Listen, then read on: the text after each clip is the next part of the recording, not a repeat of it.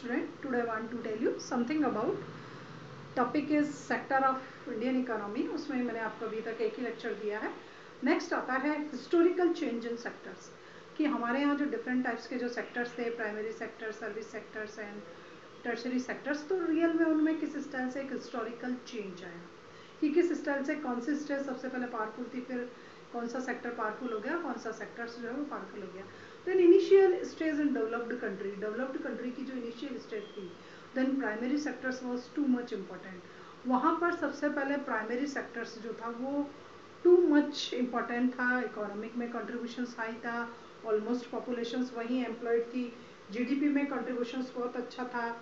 आपके मेथड्स जो थे वो फार्मिंग के चेंज होते जा रहे थे, एग्रीकल्चर्स के, और न्यू टेक्निक्स अडॉप्ट की थी उसने, और many people take up other activities. और फिर धीरे धीरे क्या हुआ, उसकी इम्पोर्टेंस जो थी एक लॉन्ग टाइम तक चली, उसके बाद स्टेज में चेंजेस आ गया. Then first of all developed country की इनिशियल स्टेज पे जो इम्पोर्टेंट सेक्टर था, इट इज़ प्राइमरी सेक्टर्स, वो प्राइमरी सेक्टर्स था. Then the conditions was change over a long times after 100 years के बाद आपकी कंडीशंस जो है वो चेंज हो गई.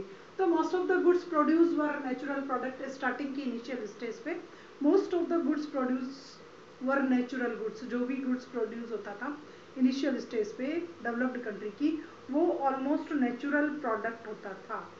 प्राइमरी सेक्टर्स के जो प्रोडक्ट थे आपके एटलीस्ट वही होता था.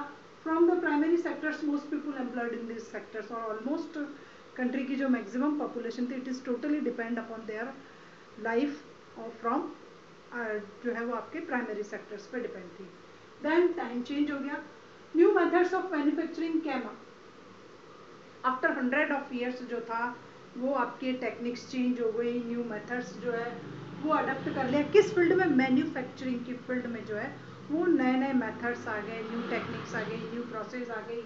मैक्सिमम इंडस्ट्रीज का जो है वो सेटअप होने लगा, इंडस्ट्रियल बेस्ड इकोनॉमी कन्वर्ट होने लगी, and started expanding people transfer from primary sector to secondary sectors. और लोग माइग्रेट होने लगे, ट्रांसफर्ड होने लगे from primary sectors to secondary sectors. लोगों ने एग्रीकल्चर एज ए जो मैन ऑक्यूपेशन था उसको छोड़ना शुरू कर दिया, और मैन्युफैक्चरिंग इंडस्ट्री के थ्रू जो है वो अट्रैक्ट होते गए, और वहाँ पर उन्होंने प्राइमरी सेक्टर्स को छोड़ करके वहाँ जो है वो सर्च करना अपना स्टार्ट कर दिया. And most important in the production of an employment. और जो ये सेकेंडरी सेक्टर था हमारा वो मोस्ट इम्पॉर्टेंट हो गया. किसमें, प्रोडक्शन में एंड एम्प्लॉयमेंट में, दोनों में जो है वो ये सेक्टर थोड़ा पावरफुल हो गया. After a long time in past 100 years फिर आपका चेंज हुआ. तो सेकेंडरी सेक्टर्स जो था तब तक यहाँ पर पावरफुल था. उसके बाद द नेक्स्ट चेंज हुआ इन दोनों सेक्टर्स का. जैसे जैसे डेवलपमेंट हुआ प्राइमरी और सेकेंडरी सेक्टर्स का, तो the demand for service sectors will increase continuously. तो जैसे जैसे आपके प्राइमरी सेक्टर्स और सेकेंडरी सेक्टर्स का डेवलपमेंट होता जा रहा है, आपके सर्विस सेक्टर्स के जो डेवलपमेंट की थीम है वो जो है वो स्टार्ट होती जा रही है. क्योंकि ये दोनों सेक्टर डेवलप्ड हो रहे हैं तो ये सेक्टर ऑटोमेटिकली डेवलप्ड होगा, क्योंकि उनकी बेसिक नीड्स, रिक्वायरमेंट, सर्विसेज जो फुलफिल होती है वो सर्विस सेक्टर्स के थ्रू ही होती है. तो then next service sectors has become most important. तो सर्विस सेक्टर्स जो है वो मोस्ट इम्पॉर्टेंट और पावरफुल हो गया in the term of total production and most people employed. किसमें, in the term of total production, total productions में भी, और मोस्ट पीपल जो एम्प्लॉयमेंट अपॉर्चुनिटीज प्रोवाइड कर रहा है उस सेक्टर्स में भी हमारा जो सर्विस सेक्टर्स पावरफुल हो गया. और ये तीनों सेक्टर्स का इस स्टाइल से डेवलपमेंट होता गया. अब है कि why the service sectors importance will increasing through out, कि रियल में सर्विस सेक्टर्स जो है वो इतना पावरफुल क्यों होता जा रहा है. आपकी बुक में एक पेज पे एक ग्राफ प्रेजेंट किया गया, पेज नंबर 25 पर इस स्टाइल से एक ग्राफिक प्रेजेंटेशन है. यहाँ पर आके 71 के डेटाज है, वहाँ पर 2011 के डेटाज है. कुछ डेटा शोज कर रहे हैं GDP by primary sectors, secondary sectors and tertiary sectors. 2 year का कंपैरिजन किया गया. First is 1971 and second is 2011. तो इन दोनों में जो है किस स्टाइल से किस सेक्टर्स का जीडीपी में कितना कंट्रीब्यूशन था, एटलीस्ट उसके डेटाज आपको अवेलेबल किए गए हैं. तो सबसे पहले जो था 71 में प्राइमरी सेक्टर जो था वो मोस्ट पावरफुल था, उसका कंट्रीब्यूशन ज़्यादा था. उसके बाद आपका जो है सेकेंडरी सेक्टर उसका थोड़ा कम था, और वापस जो है वो सर्विस सेक्टर का ज़्यादा था। इट मीन्स 71 में 2 सेक्टर मोर पावरफुल थे, उसके बाद थीम चेंज हो गई, 2011 आ गया। 2011 का जो ये आपका चार्ट का presentation, it is show that primary sectors की जो थी जीडीपी में कंट्रीब्यूशन लोअर हो गया, सर्विस सेकेंडरी सेक्टर थोड़ा सा हाई था और सर्विस सेक्टर्स जो है वो ज़्यादा हाई था। इट मीन्स सर्विस सेक्टर्स का जो कंट्रीब्यूशन था जीडीपी में वो सबसे ज़्यादा पावरफुल था, उसकी ग्रोथ रैपिड रेट से हो रही थी और उसका कंट्रीब्यूशन भी जो है वो जीडीपी में इंक्रीज हो रहा था। तो rising importance of tertiary sectors कि इतनी ज़्यादा एकदम 2011 देखिए 71 और 11 के टाइम पीरियड का गैप देखिए, 40 ईयर्स में क्या चेंज हो गया, सिचुएशन चेंज हो गई और सर्विस सेक्टर इतना कंटिन्यूस जो है इतना इंक्रीज हो रहा है, उसकी इंपॉर्टेंस जो है वो कंटिन्यूस इंक्रीज हो रही है। किसकी? Service sector, sorry tertiary sectors की, जो जिसको आप जो है वो लास्ट सेक्टर भी बोलते हो। तो several services consider as the basic services, क्योंकि सेवरल सर्विसेज जो थी is consider as a basic needs. Basic needs हो गई वो आपकी, बहुत सारे एग्जांपल्स दे रखे हैं इसमें, मैं आपको बोल के बता रही हूँ। हॉस्पिटल्स की सर्विसेज जो है, एजुकेशनल इंस्टीट्यूशंस है, पोस्ट है, टेलीग्राफ है, पुलिस जो है स्टेशंस, पुलिस स्टेशंस है आपके, विलेज एडमिनिस्ट्रेटिव ऑफिसेज है, म्यूनिसिपलिटी कॉरपोरेशंस है, डिफेंस, ट्रांसपोर्टेशन, बैंक एक्सेट्रा। तो ये डिफरेंट टाइप्स की जो सर्विसेज है वो हमारी इकोनॉमी की और पॉपुलेशंस की एक बेसिक नीड्स हो गई, और उस सर्विस सेक्टर्स के बिना हम हमारी लाइफ को इजी गोइंग जो है वो हमारी लाइफ सर्वाइव नहीं कर सकती, कोई भी टास्क इजीली ऑपरेट नहीं हो सकता। इस वजह से सर्विस सेक्टर्स की जो डिमांड है, फर्स्ट रीज़न ये था कि वो क्या है, बेसिक नीड्स हो गई, इस वजह से उसकी ये दे रखा है service consider as a basic needs या बेसिक सर्विसेज, इस वजह से उसका रैपिड जो है वो इतना जो है इंक्रीमेंट हुआ। नेक्स्ट है कि development of primary and service sector, second point है कि रोल ऑफ जो सर्विस सेक्टर है वो इतना हाई क्यों हो रहा है। तो सेकंड पॉइंट आपको एक्सप्लेन कर रहा है कि the development of primary sector and secondary sectors increasing throughout development of the service sectors, greater the development of first and second, greater the demand for service sectors। तो आपको यहाँ ये show कर रहा है सेकंड पॉइंट कि उन दोनों सेक्टर्स की डिमांड कंटिन्यूस, उन दोनों सेक्टर्स का डेवलपमेंट कंटिन्यूस इंक्रीज हो रहा है। जब उन दोनों सेक्टर का डेवलपमेंट कंटिन्यूस इंक्रीज हो रहा है तो उस सेक्टर के डेवलपमेंट के लिए सर्विस सेक्टर की डिमांड जो है वो कंटिन्यूस इंक्रीज होती जा रही है।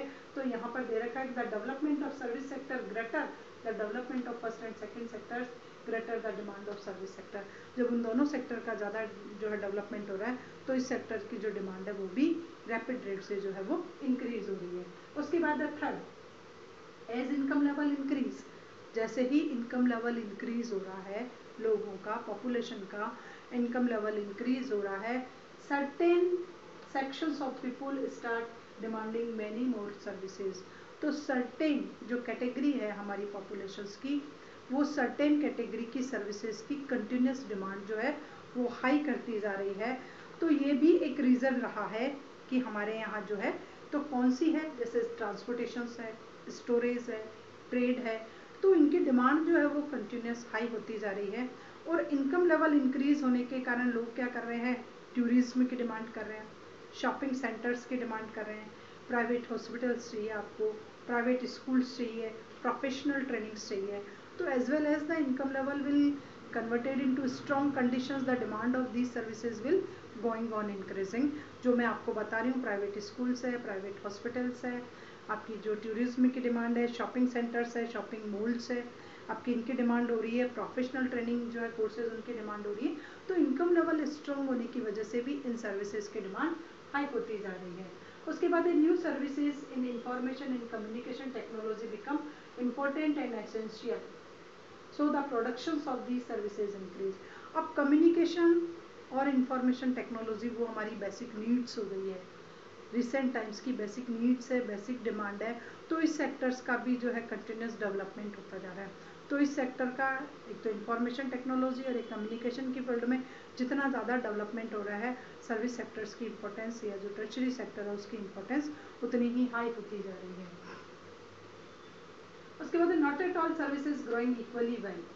अब आपको यहाँ लग रहा है कि जैसा सर्विस सेक्टर इतना हाई फाई डिमांड कर रहा है तो टोटल जो डिफरेंट टाइप्स की सर्विसेज है एटलीस्ट उसमें इक्वल कैटेगरी का जंप हो रहा होगा या इक्वल जो है वो डेवलपमेंट हो रहा होगा। देखो मैंने आपको डिफरेंट टाइप्स की बताई, बैंक्स है, इंश्योरेंस है, हॉस्पिटल्स है, एजुकेशन है, ट्रेनिंग सेंटर्स है, शॉपकीपर्स की सर्विसेज है, लेबर की सर्विसेज है, डिफरेंट टाइप्स का जो है क्राइटेरिया बन चुका है। टूरिज्म है, शॉपिंग मॉल्स है, आपने बहुत सारी सर्विसेज देखी है, ट्रांसपोर्टेशन है, कम्युनिकेशन है, टेक्नोलॉजी है। तो यहाँ पर क्या है कि अब आप सोच रहे होंगे कि सर्विस सेक्टर्स का कंटिन्यूस इतना ज़्यादा इंक्रीमेंट हो रहा है, इतना ज़्यादा डेवलपमेंट हो रहा है, तो ऑल सर्विसेज जो है वो सेम टाइप से जो है उनका डेवलपमेंट होगा, बट इट इज़ नॉट, ऐसा नहीं है। सर्विस सेक्टर में भी क्लासिफिकेशन हो गया है।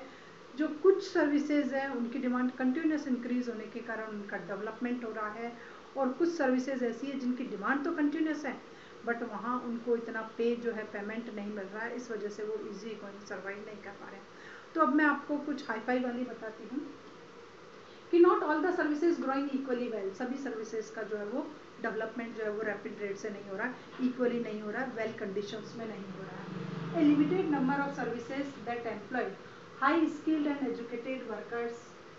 अब एक लिमिटेड सर्विसेज ऐसी है जहाँ पर हाई स्किल्ड और हाई ट्रेंड जो है आपको लेबर फोर्स की रिक्वायरमेंट है, कि जहाँ पर टेक्नोलॉजी भी आपको हाईएस्ट चाहिए, लेबर फोर्स भी आपको अच्छी कैटेगरी का चाहिए।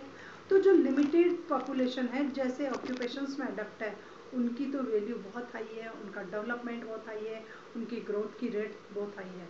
तो स्मॉल पोर्शंस ऑफ पॉपुलेशन जो सर्विसेज प्रोवाइड कर रहा है, उनकी ग्रोथ हाई होने की वजह से उनका लिविंग स्टैंडर्ड मेंटेन हो रहा है। But a large part of our economy, a large part of working population is engaged in lower category of services. हमारी कंट्री की जो पॉपुलेशन है उसका एक लार्ज पार्ट है जो एक लोअर कैटेगरी की सर्विसेज आपको प्रोवाइड कर रहा है, कॉर्नर है, शॉपकीपर है, और अदर टाइप्स की मैं आपको बहुत सारी, जैसे प्राइवेट टीचर्स है, प्राइवेट ट्यूटर्स है, तो इनकी सर्विसेज की डिमांड इतनी हाई होने की, हाई है, डिमांड अवेलेबल है, बट उनका जो पेमेंट का जो क्राइटेरिया वो बहुत लोअर है, इस वजह से उनकी सर्विसेज का डेवलपमेंट इतना रैपिड नहीं हो रहा। और कहीं कहीं तो सर्विसेज के जो आप सर्विस के बिहाफ आप उनको पे कर रहे हो वो बहुत लोअर है, कि पॉपुलेशन जो है उस कैटेगरी की सर्विस प्रोवाइड करने वाली पॉपुलेशन अपनी लाइफ को सर्वाइव नहीं कर पा रही है, अपनी बेसिक नीड्स को भी एटलीस्ट उस अर्निंग से फुलफिल नहीं कर पा रही है। तो large number of workers engaged in services such as barely manage to earn a living, yet they perform these services because no alternatives। देखो वो अब सर्वाइव नहीं कर पा रहे हैं, सर्विसेज कंटिन्यूस दे रहे हैं, अर्निंग बहुत लोअर है, लाइफ जो है वो बहुत टिपिकल कंडीशन से हो रही है, but they have no alternative choice, उनके पास कोई अल्टरनेट्स नहीं है, कोई चॉइस नहीं है, because jobs are not available everywhere, no vacancy का बोर्ड आपको हर जगह देखने को मिलता है। तो ये क्रिटिकल सिचुएशन है, इस वजह से वो उसमें अंगेज है ऐसी सिचुएशन में। तो देखिए एक लार्ज पॉपुलेशन लाइफ को इजी गोइंग सर्वाइव नहीं कर पा रहा है, जबकि जो स्किल्ड है, वेल ट्रेंड है, हाईली एजुकेटेड है, उनको बहुत अच्छी पे स्केल मिल रही है, जबकि वो लिमिटेड एरिया है। इन लोगों में क्या है, ट्रेंड नहीं है, आप मान लीजिए वहाँ ट्रेनिंग की रिक्वायरमेंट ही नहीं है उस सर्विसेज के लिए, ट्रेंड नहीं है, लिटरेट नहीं है, स्किल्ड नहीं है, और फिर भी काम करे जा रहे हैं, और उनकी सर्विसेज की कंटिन्यूस रिक्वायरमेंट भी है, बट फिर भी वो अपनी लाइफ को जो इजी गोइंग नहीं कर पा रहे हैं, और उसके बावजूद भी उनके पास no alternative, no choice, because jobs are not available in country, jobs available नहीं है, इसलिए वो उस काम में अवेलेबल हैं। Where are most people employed, तो अब आप सोचते होंगे कि where are most people employed, यहाँ तक तो ये सिचुएशन हो गई क्रिटिकल सिचुएशन जो आपको देखने को मिल रही थी कि किस स्टाइल से क्या चल रहा है ग्राफ का, कि पीपल मैनेज भी नहीं कर पा रहे हैं, उसके बावजूद भी उसी कैटेगरी की सर्विसेज में वो एम्प्लॉयड है। अब आता है नेक्स्ट पॉइंट है where are most of people employed. तो सबसे पहले आपके माइंड में आता है कि where are most of people employed, कि रियल में हमारी कंट्री की ऑलमोस्ट पॉपुलेशंस के सेक्टर्स में एम्प्लॉयड है, तो obviously it is primary sectors. Primary sectors में जो है वो कंट्री की 60 to 65% पॉपुलेशन है जो as a main occupation adopt करते हुए एटलीस्ट उसी में इन्वॉल्व है। It is because not enough jobs were created in secondary and tertiary sectors. अब हमारे प्राइमरी सेक्टर्स में हमारी पॉपुलेशन इतनी एंगेज क्यों है, because secondary and tertiary sectors not provide enough jobs, वो हमारी कंट्री के वर्क फोर्स को इनफ जॉब्स प्रोवाइड नहीं कर पा रहे हैं, और वहाँ उनको जॉब जो है इजी गोइंग अवेलेबल नहीं हो पाता है, वहाँ हाईली स्किल्ड की ज़रूरत होती है, वेल क्वालिफाइड की ज़रूरत होती है। तो ये सब चीज़ों की रिक्वायरमेंट होने की वजह से ऑलमोस्ट पॉपुलेशन जो ओनली लिटरेट है, सिग्नेचर करना जानती है और बेसिक नॉलेज नहीं है, तो वो agriculture as a main occupation adopt करते हुए जो है उसकी हेरिडिटी जो चल रही है, जैसा उसके करते आ रहे फोरफादर्स वैसा ही वो करता आ रहा है।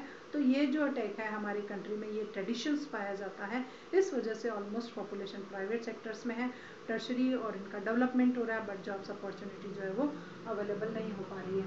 Most of half workers work in primary sectors, हमारी कंट्री के वर्क फोर्स का मोस्ट ऑफ हाफ जो है वो क्या कर रहा है, एम्प्लॉयड है एग्रीकल्चर सेक्टर्स में, but the contribution in GDP is only quarters, जबकि जीडीपी में जो कंट्रीब्यूशन है प्रोड्यूसिंग ओनली एक क्वार्टर ऑफ जीडीपी, एक क्वार्टर ऑफ जीडीपी जो है वो प्रोडक्ट्स कर रहा है एग्रीकल्चर सेक्टर। तो एग्रीकल्चर सेक्टर की जो कंडीशन है वो थोड़ी सी क्रिटिकल है, हाईली जो है पॉपुलेशन उसमें एंगेज्ड है, बट कंट्रीब्यूशंस जो है वो बहुत लोअर कैटेगरी का है।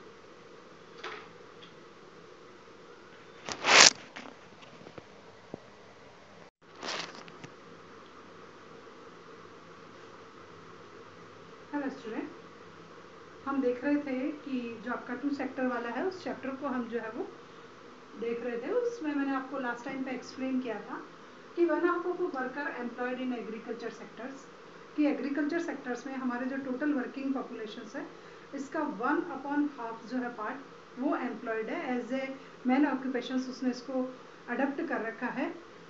And the producing only 1/4 in GDP, but उसका जो प्रोडक्शन में रेशियो है it is only 1/4 of GDP, कि केवल मात्र 1/2 population as a main occupation adopt किए हुए, उसके बावजूद भी ओनली 1/4 पार्ट जो है एग्रीकल्चर सेक्टर का वो कॉन्ट्रीब्यूशंस करता है हमारे क्रॉस डोमेस्टिक प्रोडक्शंस में।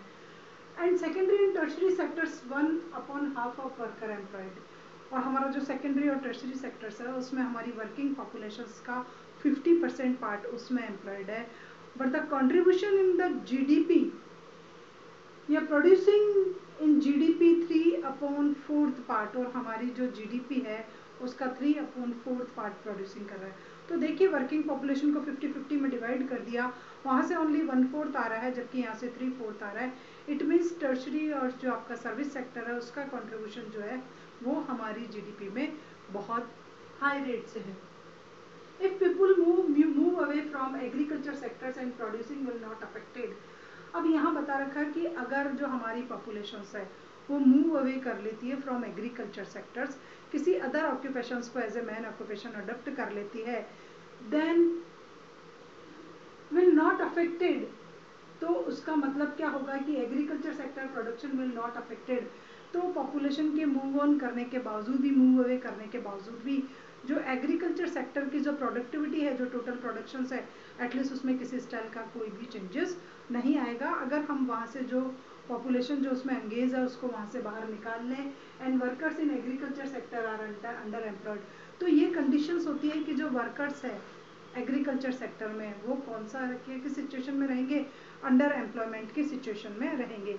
अब यहाँ पर आपको एक एग्जांपल बता रखा है लक्ष्मी का, पेज नंबर 27 में है कि लक्ष्मी जो है एक स्मॉल फार्मर है, उसका जो फैमिली जो है टोटल, पहले तो वो एग्रीकल्चर करती है, फिर उसके हस्बैंड करते हैं, उसके बाद उसके जो जो अदर फैमिली मेम्बर्स हैं वो भी जो है उसमें एंगेज हो जाते हैं। लक्ष्मी के पास जो लैंड है it is unirrigated land, Lakshmi के पास इरिगेशन की कोई फैसिलिटी नहीं है। लक्ष्मी जो है डिपेंड करती है ओनली रेन पर। किस पर डिपेंड कर रही है लक्ष्मी, ओनली रेन पर डिपेंड कर रही है, और वो उसमें ज्वार और अरहर उगाती है। क्या उगाती है, ज्वार और अरहर। वापस देखिए इस एग्जाम्पल को, लक्ष्मी है, स्मॉल फार्मर है, अनइरिगेटेड लैंड है, और उसकी जो लैंड है वो टोटली जो agriculture it is depend upon raining season पर डिपेंड करते हैं, क्योंकि उसको इरिगेशन की कोई फैसिलिटी नहीं है, no well, no canal, no dam, कुछ भी नहीं है वहाँ पर। All 5 member of our family work in plot throughout the year. All जो 5 मेंबर है उसकी फैमिली के वो वर्क करते रहते हैं उसी प्लॉट पर ड्यूरिंग द ईयर। टोटल जितनी भी जो क्रॉप्स लेनी होती है वो उस क्रॉप्स में लेते हैं, but actual fact their labour effort gets divided. But actual में क्या होता है, उनके जो लेबर इफेक्टेड होते हैं वो डिवाइडेड हो जाते हैं। लक्ष्मी की जो फैमिली है वो क्या करती है, उसमें वर्क को डिवाइड कर दिया जाता है कि ये काम करेगा, वो और वो जो है ये काम करेगा। तो यहाँ पर क्या हो गया है कि but no one is fully employed, उनमें से किसी को भी फुल काम नहीं करना, no one is full employed, किसी को भी पूरी तरह से एम्प्लॉयमेंट नहीं मिला। वो आता है थोड़ी देर ये काम करके चला जाता है, नेक्स्ट आता है वो एक दूसरा काम करता है, फिर वो चला जाता है। कोई सोइंग करता है तो कोई हार्वेस्टिंग करता है, तो कोई जो है इरिगेशन करता है, कोई एक पर्टिकुलर पार्ट को देखता है, कोई पर्टिकुलर पार्ट को देखता है। तो अलग अलग जो होते हैं वो इस स्टाइल से काम जो है वो बढ़ जाते हैं। तो where people are apparently work but all of them are made to work less than their potential, ऐसा लग रहा है कि सब काम कर रहे हैं, आपको इस कंडीशन में ऐसा लग रहा है कि उनमें से सभी लोग क्या है काम कर रहे हैं, but all of them are made to work less than their potential, परंतु उनकी जो कैपेबिलिटी है, जो पोटेंशियलिटी है, जो एफिशिएंसी है, कुछ भी मान लीजिए आप, उसके अकॉर्डिंग काम नहीं हो रहा है, क्योंकि वो थोड़ा सा एक पार्ट काम करते हैं एग्रीकल्चर का और चले जाते हैं, तो वो उनकी टोटल कैपेसिटी, टोटल पावर जो है वो कंज्यूम नहीं हो रहा है या उसका यूटिलाइजेशन नहीं हो रहा है, and it is called disguise unemployment. और उनके रहने या नहीं रहने से आपके प्रोडक्टिविटी पर भी कोई इम्पैक्ट नहीं पड़ रहा है कि अगर उसमें से कुछ पार्ट को हटा लिया जाए, कुछ पार्ट को रख लिया जाए। तो पहली सिचुएशन तो ये शो कर रही है कि this is the under employment situation, under employed हो आप, पूरी तरह से आपके पास कोई काम नहीं है। और नेक्स्ट सिचुएशन ये शो कर रही है कि उनमें से किसी दो के निकलने या दो के और के ऐड होने से भी प्रोडक्टिविटी जो है उस पर कोई इफेक्ट नहीं पड़ता है, then it is said to be disguise unemployment, कि जो बंदा काम कर रहा है वो है या नहीं है, उसके बावजूद भी प्रोडक्टिविटी पे इम्पैक्ट नहीं आ रहा है, एज इट इज़ जो है उसका प्रोडक्शन हो रहा है, then it is called disguise unemployment. तो उसको हम डिस्गाइज जो है वो अनएम्प्लॉयड कहते हैं।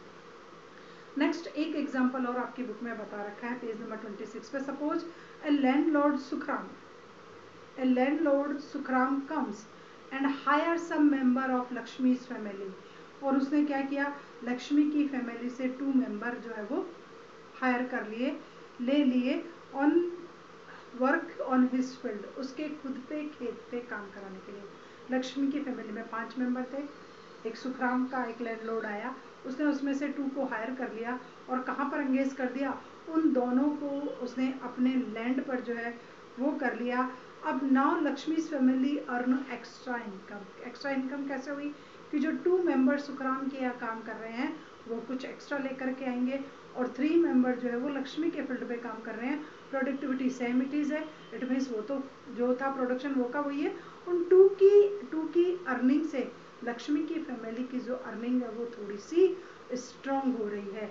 देखिए यहाँ पर क्या हुआ, वो 2 चले गए तो भी लक्ष्मी के फील्ड का क्या है, प्रोडक्शन वो का वही है, तो लक्ष्मी की अर्निंग तो एज इट इज़ है, बट जो 2 मेंबर अर्न करके लाएंगे सुखराम की फील्ड से, वो लक्ष्मी की क्या हो गई, एक्स्ट्रा अर्निंग हो गई, और कुल मिलाकर के लक्ष्मी की फैमिली की जो है वो टोटल इनकम जो है वो इंक्रीज हो गई। तो यहाँ पर क्या है कि 2 people moving out does not affected the production, 2 लोगों के मूव ऑन करने के बावजूद भी टोटल प्रोडक्टिविटी पर किसी स्टाइल का कोई भी जो है इम्पैक्ट नहीं पड़ रहा है। तो यहाँ पर यह होता है कि earning family increase, they would continue produce to their field, अब वो अपनी फील्ड पे काम करेंगे और वो सुखराम की फील्ड पे काम करेगा, तो इस स्टाइल से लक्ष्मी की जो अर्निंग होगी वो यहाँ पर स्ट्रॉन्ग हो जाएगी। तो this under employment can also happen in various sector. तो इस स्टाइल का हम देखते हैं कि जो अंडर एम्प्लॉयमेंट है वो वेरियस सेक्टर्स में जो है वो हैपन्स होता है। लैक्स ऑफ फार्मर इसके एग्जांपल्स हैं कि जहाँ पर इस स्टाइल से होता है, टोटल फैमिली वर्क करती है, फैमिली मेम्बर मूव ऑन कर जाते हैं तो भी प्रोडक्टिविटी एज इट इज़ रहती है, प्रोडक्टिविटी में कोई बेसिक इम्प्रूवमेंट नहीं होता है। तो यहाँ पर आप हो काम कर रहे हो बट सम पार्ट कर रहे हो, देन अंडर एम्प्लॉयमेंट है, और आपके चले जाने से प्रोडक्टिविटी पे इम्पैक्ट नहीं पड़ता है, then it is said to be disguise unemployed, कि एग्रीकल्चर की फील्ड में जो है वो डिस्गाइज अनएम्प्लॉयड जो है वो अवेलेबल रहता है। तो ये एम्प्लॉयमेंट अभी तक हमने देखा, कौन सी under employment only primary sectors में अवेलेबल रहता है, but thousand of workers in service sector of urban area who search daily employments. अब यहाँ क्या होता है, थाउजेंड ऑफ वर्कर्स होते हैं जो अर्बन एरिया में डेली जो है अपनी अर्निंग के लिए कुछ सर्च करते हैं। बहुत सारे लेबर्स जो होते हैं वो अर्बन एरिया में आकर के जॉब को, वर्क को सर्च करते हैं। The workers in the service sector in urban area who search for daily employment, many of them do not find work every day. अब उनमें से बहुत से लोगों को एवरी काम नहीं मिलता, कुछ को हायर कर लिया जाता है, कुछ को नहीं किया जाता है, जिसको हायर कर लिया जाता है उसको उस दिन की वेजेस मिल जाती है, जिसको नहीं किया जाता उसके वेजेस नहीं मिलती है। देन अगेन अंडर एम्प्लॉयमेंट कि आपको काम कभी मिला कभी नहीं मिला, तो क्या हो गया, अंडर एम्प्लॉयमेंट की सिचुएशन आ गई। ऑल ओवर द वर्क जो है वो आपको काम नहीं मिलेगा। और कुछ सर्विस सेक्टर है, other spend whole day but earn little. बहुत से सर्विस सेक्टर्स आप ऐसे देखते होंगे जहाँ पर ये होता है, जैसे जो आपके ब्लॉक कार्ड पुशिंग होता है या कार्ड पुशिंग वाला होता है, बहुत से हैकर्स वगैरह होते हैं, तो ये आपको डेली सामान देने के लिए आते हैं, डेली जो होते हैं वो बेचते रहते हैं सड़कों पर, स्ट्रीट पर, सब जगह, बट उनकी अर्निंग जो होती है वो बहुत लिटिल होती है। It means whole day work but little जो है वो अर्निंग होगी। तो यह भी एक बेसिक प्रॉब्लम है। They were doing this work because they do not have better opportunity. और वो बेचारा होल डे वर्क कर रहा है बट उसकी लिटिल अर्निंग हो रही है, उसकी लाइफ सर्वाइव नहीं हो रही है, बेसिक नीड्स कंप्लीट नहीं हो रही है, फुलफिल नहीं कर पा रहा है। अब वो उस ऑक्यूपेशन उसमें क्यों है, ऐसा जॉब क्यों कर रहा है, ऐसा वर्क क्यों कर रहा है, because there is no alternative, no other opportunity in other sectors. और किसी सेक्टर्स में उसको जो है वो अपॉर्चुनिटी नहीं है। फॉर आपका प्लम्बर्स है, उसको कभी काम मिलता है कभी काम नहीं मिलता है, रिपेयर पर्सनस है, तो इनको वर्क मिल भी सकता है कभी और नहीं भी मिल सकता। तो हम नहीं कहते कि एग्रीकल्चर सेक्टर में ही अंडर एम्प्लॉयमेंट अवेलेबल रहता है।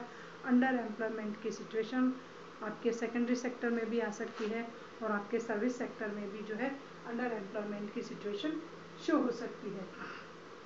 Then how can create more employment. अब प्रॉब्लम आती है कि how can an economy create more employment opportunity और a country can create more and more opportunity. तो यहाँ पर ये आपको एक एग्जाम्पल जो है वो एक्सप्लेन किया गया है कि किसी भी कंट्री में मोर एंड मोर अपॉर्चुनिटी जो है वो किस स्टाइल से क्रिएट की जाती है। गवर्नमेंट को एफर्ट्स लगाने चाहिए, बैंक्स को लोन देने चाहिए, एफिशिएंसी जो है प्राइमरी सेकेंडरी और सर्विस सेक्टर की गवर्नमेंट को वो अप्रूव करनी चाहिए। अब यहाँ पर ये है कि Lakshmi with her 2 hectare plot unirrigated land है। अदर एग्जाम्पल वापस लक्ष्मी का है, उसके पास 2 हेक्टर की जो लैंड है अनइरिगेटेड लैंड है। It means no well facility, किसी भी स्टाइल से इरिगेशन की लक्ष्मी के पास कोई फैसिलिटी नहीं है। गवर्नमेंट स्पेंड सम अमाउंट, या तो गवर्नमेंट उसके एग्रीकल्चर पे सम अमाउंट अर्न करती है और बैंक प्रोवाइड हर लोन, और या फिर बैंक उसको लोन दे दिया जाता है। देखिए लक्ष्मी के पास कुछ नहीं था, एक अनइरिगेटेड लैंड थी, लक्ष्मी को लोन इश्यू हुआ, लोन से लक्ष्मी ने क्या किया, वेल डिगिंग करवा लिया। वेल डिगिंग कराने से उसको इरिगेशन फैसिलिटी मिली। इरिगेशन फैसिलिटी मिलने की वजह से क्या हो गया, लक्ष्मी की लैंड पर फर्स्ट एंड सेकंड क्रॉप बहुत जो है वो इजीली होती गई। पहले वो एक ही फसल ले पाती थी, अब लक्ष्मी रबी एंड खरीफ दोनों की फसल को जो है वो इजी गोइंग कल्टीवेट कर पा रही है। तो लक्ष्मी की जो अर्निंग हो रही है वो इम्प्रूव हो रही है। अब लक्ष्मी क्या कर रही है, इतना ज़्यादा वीट प्रोड्यूस कर रही है, लक्ष्मी की फील्ड की कंडीशन जो है वो बहुत ज़्यादा इम्प्रूव हो रही है। वेल जो है इरिगेशन फैसिलिटी मिलने की वजह से लक्ष्मी की कंडीशन जो है वो हो गई। तो 1 Hector of wheat can provide employment 2 people for 50 days. यहाँ पर उसका जो 1 हेक्टर का जो लैंड है, लक्ष्मी का जो 1 हेक्टर की जो फील्ड है वो उसको क्या प्रोवाइड कर रही है, can provide employment 2 people for 50 days. अब उसकी इतनी अच्छी क्रॉप्स हो रही है, उसको इरिगेशन फैसिलिटी मिलने की वजह से उसका जो है इरिगेशन से उसकी एग्रीकल्चर को सपोर्ट मिलता है, कल्टीवेशन को सपोर्ट मिलता है, रबी एंड खरीफ दोनों की करती है, और 2 पीपुल को जो है 50 डेज का वर्क वो जो है एम्प्लॉयमेंट प्रोवाइड करवाने में कैपेबल हो जाती है। उन 2 पीपुल्स की वजह से वो sowing seeds, harvesting, cultivation, different types की सर्विसेज जो है वो हायर कर लेती है। तो 50 डेज, तो 2 more people can be employed in her on field. तो वो 2 और लोगों को, 2 more people can employed in her field. Lakshmi अब इतनी कैपेबल हो गई है, ओनली लोन फैसिलिटी मिलने से, वेल डिगिंग की फैसिलिटी से, इरिगेशन फैसिलिटी अवेलेबल हो गई, तो वो 2 मोर पीपल्स को जो है वो एम्प्लॉयमेंट प्रोवाइड कर पा रही है। तो ये एक जो है बेसिक जो है वे है, उसके थ्रू जो है इंडियन इकोनॉमी में प्राइमरी सेक्टर्स में जॉब अपॉर्चुनिटी को जो है वो इंक्रीज किया जा सकता है, लोन फैसिलिटी प्रोवाइड कर करके स्मॉल फार्मर्स को, ताकि उनको इरिगेशन की फैसिलिटी जो है इस स्टाइल से अवेलेबल हो सके। यहाँ पर नेक्स्ट फिर और एक एग्जांपल है, वापस लक्ष्मी का ही है, कि Lakshmi and other farmers produce much more than before. अब यहाँ पर क्या हो गया, लक्ष्मी और उसके जो अदर फार्मर्स थे उनको क्या मिल गया, मच मोर प्रोडक्शन होने लगा। क्यों, क्योंकि वहीं पर कैनल हो गया, डैम फैसिलिटी हो गई, वेल डिगिंग के लिए लोन मिल गया, इरिगेशन फैसिलिटी प्रॉपर मिलने लगी, तो जो अदर फार्मर्स थे एटलीस्ट उनकी कंडीशन जो है वो स्ट्रॉन्ग होने लगी, और वो जो है उनकी अर्निंग सेक्टर्स इम्प्रूव हुआ। उस वजह से उनको किसकी रिक्वायरमेंट हुई, जब मोर क्रॉप्स हुई तो उसको सेल करने के लिए ट्रांसपोर्टेशन फैसिलिटी की रिक्वायरमेंट हुई। तो ट्रांसपोर्टेशन फैसिलिटी से क्या हुआ, सर्विस सेक्टर की डिमांड बढ़ी। सर्विस सेक्टर में इनडायरेक्ट वे में वापस जॉब अपॉर्चुनिटी क्रिएट हुई। तो लक्ष्मी को जो एक्सेस में क्रॉप्स हुई उसको लक्ष्मी ने नियर बाय टाउन जा करके ट्रांसपोर्टेशन फैसिलिटी की वजह से सेल कर दिया। नेक्स्ट, अगर और स्ट्रॉन्ग जो है उसको फैसिलिटी अवेलेबल होती है, अच्छी क्रॉप्स होती है, तो नेक्स्ट जो डिमांड एग्रीकल्चर सेक्टर्स की क्रिएट होती है वो होता है स्टोरेज हाउसेस की, कि वो अगर जो बेसिक क्रॉप्स है उसकी जो इतनी सारी क्रॉप्स है उसको अगर हैंड टू हैंड सेल नहीं करना चाहती है मार्केट में ले जा करके, तो उसको गोडाउन फैसिलिटी की डिमांड होती है। अगर लक्ष्मी और अदर फार्मर्स को गोडाउन फैसिलिटी प्रॉपर अवेलेबल हो जाती है तो वो गोडाउंस में क्रॉप्स को स्टोरेज कर सकते हैं, और बाद में जब भी उस क्रॉप्स के थोड़े से प्राइस हाई होते हैं वो तब ले जा करके सेल कर सकते हैं। तो इस स्टाइल से प्राइमरी सेक्टर्स की जो कंडीशंस है वो हमारी स्ट्रॉन्ग हो सकती है if the government invest some amount on primary sector. अगर गवर्नमेंट ट्रांसपोर्टेशन फैसिलिटी अवेलेबल कराने में, गोडाउन फैसिलिटी अवेलेबल कराने में, इरिगेशन फैसिलिटी अवेलेबल कराने में अगर प्राइमरी सेक्टर को सपोर्ट करती है तो सर्विस सेक्टर का जो डेवलपमेंट होगा वो ऑन गोइंग हो जाएगा, और वहाँ पर और ज़्यादा से ज़्यादा जो जॉब अपॉर्चुनिटी है वो अवेलेबल होगी। Lakshmi and other farmer produce much more than before. अब लक्ष्मी और अदर फार्मर पहले से ज़्यादा प्रोडक्शंस कर पाते हैं, तो वो सम पार्ट तो जो सेल कर देते हैं ट्रांसपोर्टेशन के थ्रू नियर बाय टाउन में जा करके, और अदर पार्ट को स्टोरेज कर करके इन फ्यूचर उसको हाई प्राइस में सेल करने की कोशिश करते हैं।